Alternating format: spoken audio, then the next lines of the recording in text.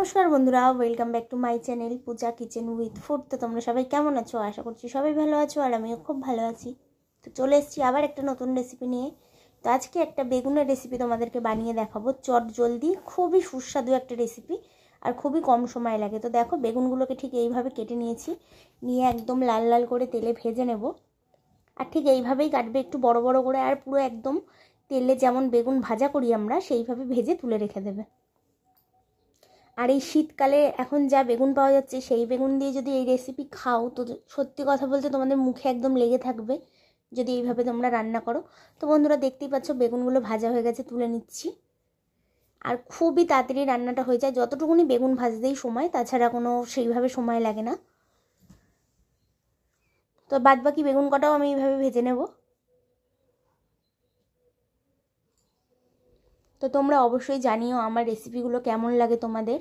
আর অবশ্যই আমি ঘরে থাকা জিনিস দিয়ে সবসময় রেসিপি বানিয়ে দেখিয়ে থাকি তোমাদেরকে, কোনো সেই রকম রেসিপি দেখাই না যেগুলো আমাদের ঘরে সবসময় থাকে না। হ্যাঁ, অবশ্যই মাঝে মধ্যে দুই একটা সেরকম রেসিপিও দেখানো ভালো, যে লোকজন আসলে বাড়িতে কিছু স্পেশাল বানালে সেই রকমভাবেও তোমরা বানাতে পারবে। তো অবশ্যই চেষ্টা করবো সেরকম রেসিপিও দেওয়ার। তো দেখো, বেগুনগুলো আমার সব ভাজা হয়ে গেছে, আমি তুলে নিলাম। তো আর তেল দেওয়ার প্রয়োজন নেই, কারণ বেগুনে প্রচণ্ড পরিমাণে তেল টেনেছে, ওগুলো পরে বেরিয়ে যাবে তেলগুলো যখন তরকারিতে দেবে। তো দিয়ে দিচ্ছি দেখো একটুখানি পেঁয়াজ,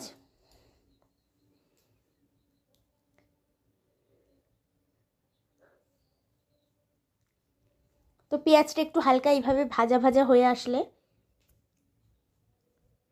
খুব ভালো করে ভাজার দরকার নেই বন্ধুরা, একটু বাদামি রঙের হয়ে আসলে এর মধ্যে দিয়ে দেবে একটা টমেটো। তো টমেটোটা দিয়ে দেখো আবারও একটু খানিকক্ষণ ভেজে নিচ্ছি।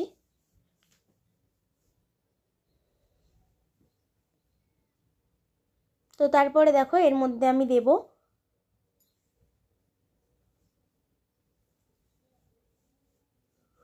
আদা, রসুন আর কাঁচা লঙ্কার পেস্ট।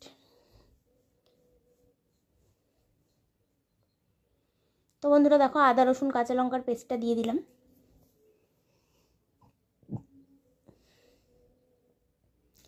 দিয়ে একটু ভালো করে কষে নিতে হবে, যাতে রসুনের একটা কাঁচা গন্ধ আছে সেটা চলে যায়। তারপরে দিচ্ছি দেখো ধনে গুঁড়ো, অল্প জিরের গুঁড়ো। তো দিয়ে ভালো করে আবারও নেড়ে মিশিয়ে নিচ্ছি।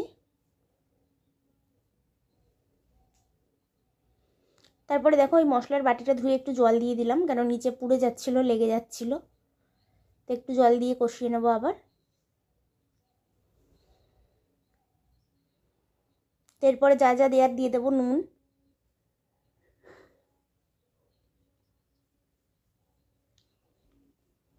তো এবার দিয়ে দিচ্ছি হলুদ, লঙ্কার গুঁড়ো, এগুলোই দিতে লাগবে, আর কিছুই সেমনভাবে লাগে না। তো দিয়ে দিচ্ছি দেখো লঙ্কার গুঁড়ো, লঙ্কার গুঁড়োটা বুঝে দেবো কেন কাঁচা লঙ্কা দিয়েছি। আর এই বেগুনটা একটু ঝাল ঝাল হলে ভালো লাগে, তো যারা ঝাল কম খাও তারা ঝাল কম দেবে, কোনো ব্যাপার না। তো তারপরে দেখো দিয়ে দিচ্ছি হলুদ। তো দিয়ে ভালো করে একটু কষে নেবো মশলাটা কষলেই রান্না শেষ।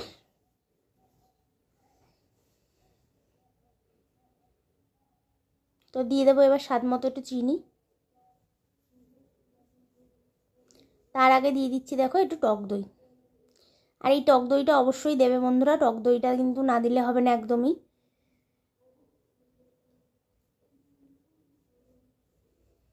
তো দিয়ে দেখো তেল ছাড়তে কিন্তু শুরু করে দিয়েছে।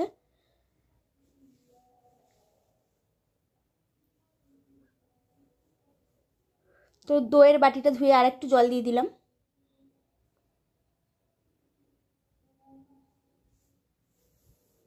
তো এইভাবে ভালো করে একটু কষিয়ে নেবে, নিয়ে এইভাবে বেগুনগুলোকে দিয়ে দেবে। আর কোনো কিন্তু জল দেবে না এর মধ্যে, বেগুন দেওয়ার পরে বেশি নাড়াবেও না, আর জলও দেবে না, একদম গ্যাসটা আস্তে করে দিয়ে খানিকক্ষণ হতে দেবে, তাহলেই দেখবে হয়ে যাবে। যতক্ষণ না তেল বেরোচ্ছে ততক্ষণ পর্যন্ত রান্না করে নেবে। তো তোমাদের যদি ভিডিওটা ভালো লেগে থাকে তো লাইক, শেয়ার, কমেন্ট করতে ভুলো না। চ্যানেলটিকে সাবস্ক্রাইব করে পাশে থাকা বেল বাটনটি প্রেস করে দিও, যাতে আমি ভিডিও পোস্ট করলে নোটিফিকেশন তোমাদের কাছে পৌঁছে যায়। তো বন্ধুরা, এটা কিন্তু রান্না প্রায় হয়ে গেছে। এত সুন্দর গন্ধ বেরোয় এটার থেকে। তো এটা দিয়েই এক থালা ভাত তোমরা খেয়ে নিতে পারবে, আর রুটির সাথেও খুব ভালো লাগে।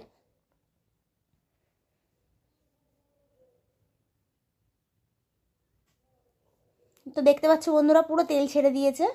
এবারে কিন্তু এটা আমি নামিয়ে নেব, আর অবশ্যই একটু মিষ্টি দেবে কিন্তু।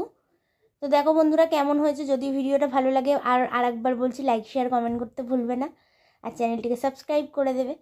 তো টাটা, সবাই ভালো থেকো, সুস্থ থেকো। দেখা হবে আবার একটা নতুন ভিডিওর সাথে। ততক্ষণ টাটা।